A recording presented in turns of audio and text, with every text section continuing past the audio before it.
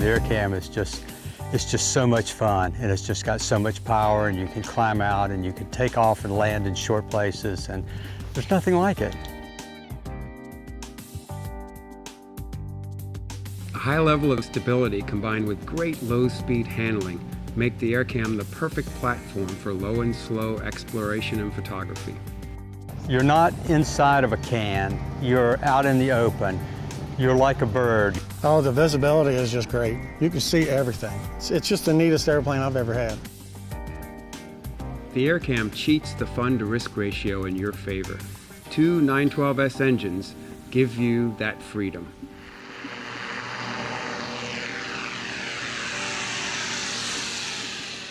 One of the goals in designing the AirCam was to have very easy and simple single-engine performance. We were able to achieve this by keeping the engines close together and designing a very large tail section. And also, you have a simple airplane overall. You have automatic mixture control, fixed pitch props. If you shut an engine off, the propeller stops, and that really cuts down on the drag. At least on the land version, you have fixed gear, you have no cowl flaps. That combined with the low wing loading and the ability to climb at very low airspeed where drag is not a significant factor, that produces really nice single engine performance. If it loses an engine, you just keep flying. It's just so safe. You don't even think about it. To show what a non-event it is. Okay, we'll throttle up on the left engine.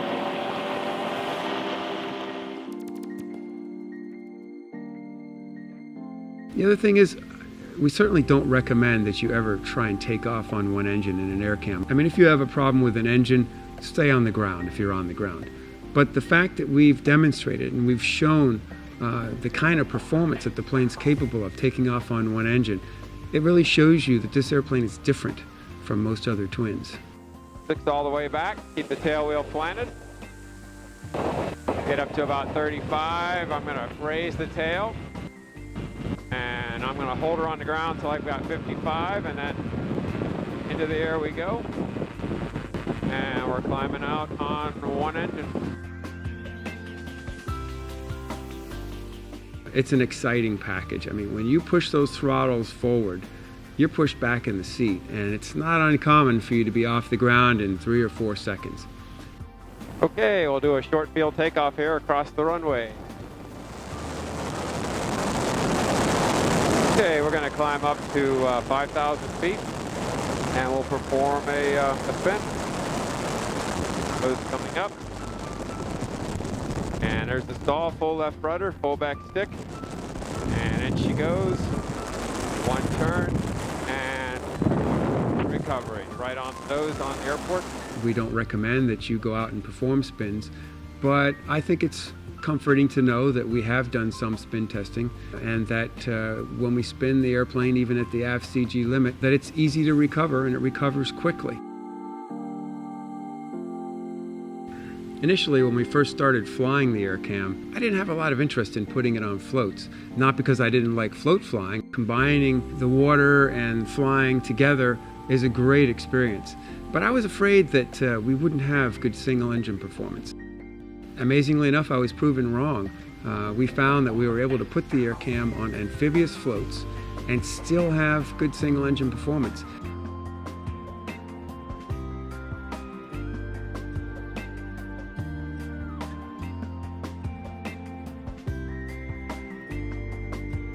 I bought it really because of the safety issue I felt that was there. I do feel comfortable taking passengers in it. I'm very particular about who my family flies with and what they fly in, and I feel super comfortable with them in the AirCam. I was able to take a friend of mine up for a ride not long ago on his birthday, and he's a pilot and he flies all sorts of different airplanes, but he told me it's probably one of the best birthday presents he's ever had. I haven't taken anybody up who didn't absolutely love it. Anytime I've ever taken somebody flying in the AirCam, they have absolutely loved it.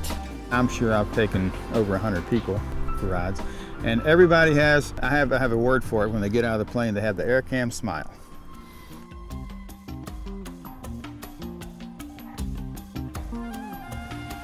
One of the things that really helps in keeping the operating cost of an AirCam down low are the fuel burns. If you're flying an AirCam at about 55 miles per hour, you're just off idle, and you're burning an incredibly low 3.5 gallons an hour with both engines combined. And that just makes the cost of fuel a non-issue. It's not a factor with this airplane. At the low speeds that I typically fly at for just ambling around, I'm burning 3.5, 4 gallons an hour total burn. The airline pilots are attracted to this airplane because they're used to having system redundancy, and we have that in the AirCam. We have 2 engines, we have 2 separate fuel tanks, we have separate fuel pumps and backup fuel pumps, 2 separate electrical systems. It's completely predictable. You don't have any surprises.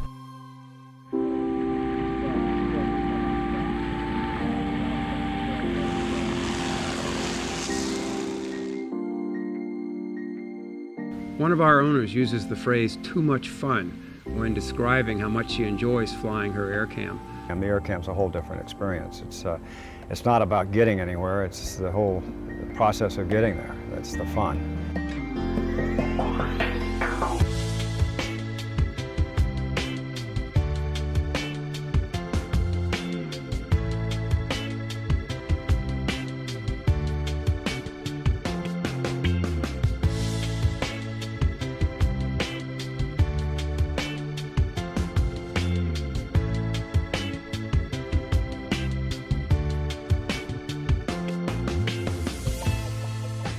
Would I recommend an AirCam? Yes, absolutely. I do just about every time I take somebody up.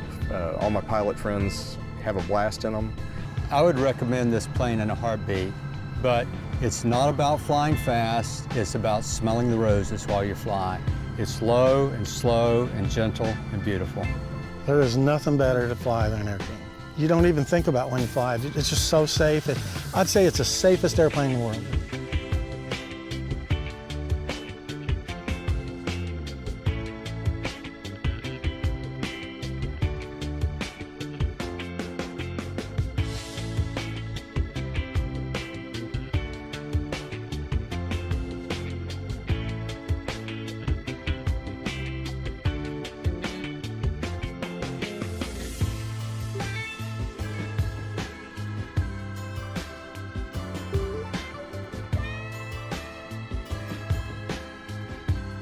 The AirCam truly offers a unique flying experience. So if you think that you might enjoy flying the AirCam and you haven't had the opportunity, come to the factory. Come fly with us. You won't be disappointed.